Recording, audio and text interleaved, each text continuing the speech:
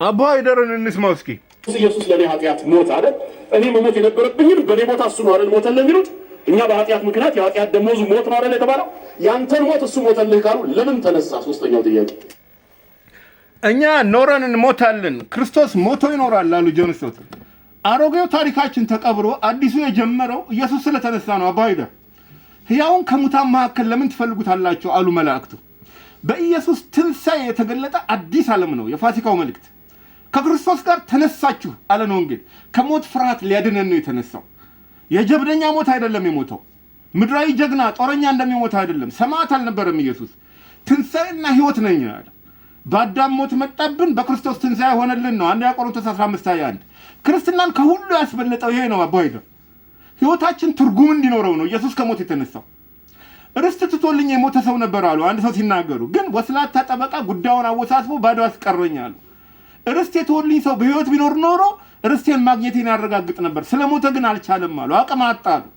ታላቁ ተናዛዥ ኢየሱስም ሞተ፣ ሕይወት ተናዞልን ሞተ ነው። ለመሞቱ ጥርጥር የለም ነው። በደሙ ያረጋገጠው ኑዛዜው ጸና ነው። ዘላለማዊ ቤዛዎት አወረሰን። ግን ሞቱ አልቀረም። ከ3 ቀን በኋላ ተነሳ። ኑዛዜው መፈጸሙን ለማረጋገጥ ሕያው ሆነ ነው። ተስፋችን መፈጸሙን በሕይወት ሆኖ አረጋገጠ ነው። ኑዛዜውን አጽንቶ ሞተ፣ ግን ለውርሳችን ዋስትና ሊሰጥ ተነሳ። ኑዛዜ ሲኖር አለ ዕብራውያን ጸሐፊ የተናዛዡን ሞት ማረጋገጥ ግድ ነው 9:16 ላይ። ግን ዋስትናችንን ማን ያረጋግጥልን? ከሞት የተነሳው ኢየሱስ ነው። የትንሣኤውን ምስጢር ለማወቅ እጥራለሁ አለ ጳውሎስ። እስከ ዓለም ፍጻሜ አለ ጌታ ኢየሱስ ከእናንተ ጋር ነኝ አለ። የስንዴ ቅንጣት መሬት ወድቃ ትቀበራለች፣ ግን ሞት አትቀርም፣ ብዙ ፍሬ አፍርታ ትነሳለች አለ። ፍሬ አፍርቶ ተነሳ ኢየሱስ። ሞት ሊይዘው አልቻለም ነዋ። ሞቼ ነበሩህ እነሆ ሕያው ነኝ አለ። ቁርአን ራሱ በመሞትበት ቀን ሕያው ሆኜ በመነሳበት ቀን አለ እንደተባለው ነው። ሱራ 19:33 ላይ ኢየሱስ ሞቶ ነበር ተነሳ። ትንሣኤው ማለት እውነትን ልትቀብራት ትችላለህ፣ ግን መቃብር ፈንቅላ ትወጣለች። ሞቶ መውጊያ የተባለ መውጊያ የታለ የተባለው ለዚህ ነው። ሞት ራሱ በኢየሱስ ሞተ ነው። በተነሳው ጌታ ተገደለ ነው። በእርግጥ በዚህ አጋጣሚ አልተነሳም ያሉ ወገኖች ነበሩ። የሮም መንግስት ወስዶት እንጂ ኢየሱስ ከሞት አልተነሳም አሉ። መንግስት ቢወስደው ግን አስክሬኑን አሳይቶ ከህዝብ ጩኸት ይገላገል ነበር። በጊዜው ኢየሩሳሌም ታውካ መረጋጋት ጠፍቶ ነበር። ስለዚህ አስክሬኑ በመንግስት እጅ ቢኖር መንግስት አሳይቶ ይገላገል ነበር። ነገር ግን በመንግስት እጅ አልነበረም አስክሬኑ። ስለዚህ ሌላ ውሸት ፈጠሩና ሌባ ሰርቆት ነው አሉ። ግን ሌባ በድን አካል ምን ይሰራለታል? እንደውም ልብሱ ይጠቅመው ነበር ነው የተባለው። የተገነዘበት አዲስ ጨርቅ ዋጋ ያወጣልን ነበር ለሌባው ነው። ውድ ሐር ጨርቅ መስረቅ ትቶ አስከሬን ሰረቀ። የማይሆን ነገር ነው። ስለዚህ አሁንም ሌላ መላ መጡና ሴቶቹ ተሳስተው ሌላ መቃብር ጋር ሄደው ነው አሉ። በደንብ ስላልነጋ ደግሞ ሴቶች ስለሆኑ ቦታ ተሳሳቱ አሉ። ሴቶችም ግን መቃብሩን ቀድመው ያዩ ብልሆች ነበሩ ነው ሉቃስ ይነግረናል። ከገሊላ መጥተው መቃብሩን አዩ፣ እንዴት እንዳስቀመጡትም ተመለከቱ ይላል ሉቃስ 23:55። ስለዚህ ሌላ ውሸት ፈጠሩና ገና ሳይሞት ነፍሱ ሳትወጣ ነው የቀበሩት አሉ። ከዛ አንሰራርቶ ከመቃብር ወጥቷል።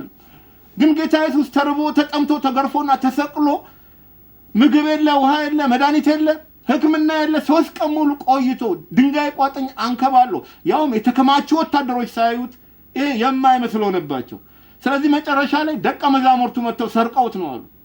ያ አሳች አሉት ጌታ ኢየሱስን። ከ3 ቀን በኋላ እነሳለሁ ስላለ መቃብሩ ይጠበቅልን አሉ የካህናት አለቆች። ግን ከሞት ሲነሳባቸው ደንግጠው ለወታደሮቹ ብዙ ገንዘብ ሰጡና እኛ ተኝተን ደቀ መዛሙርቱ ሰርቀው ወሰዱት አሉ። የቱ ዳኛ ነው? እኔ ተኝቼ ጎረቤቴ ቤቴ ገብቶ ቴሌቪዥንን ሰርቆ ወሰደ ብንል የሚሰማን? ተኝቶ እያለ የሚከናወነውን ማን ያውቃል ነው። ደግሞስ በደንብ ጠብቆ የተባሉ ወታደሮች እንዴት ግዳጃቸውን ተኝተው እንቅልፋቸውን ተኙ ነው? መልስ የለም። ኢየሱስ ተነስቷል ነው።